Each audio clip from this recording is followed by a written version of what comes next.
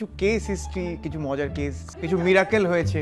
Miracle কিন্তু কোনো কিছু না, এভরিথিং হ্যাজ আ রিজন। ওকে। একজন এসছে অস্টিওআর্থ্রাইটিস, হ্যাঁ, পা ব্যথা, অনেক বছর ধরে সে ভুগছে। সে পেন কিলার খেয়ে খেয়ে সে তো একদম মানে পৃথিবীরক্ত একদম। তাকে যে এনেছিল সে কিন্তু ফার্মাসিস্ট।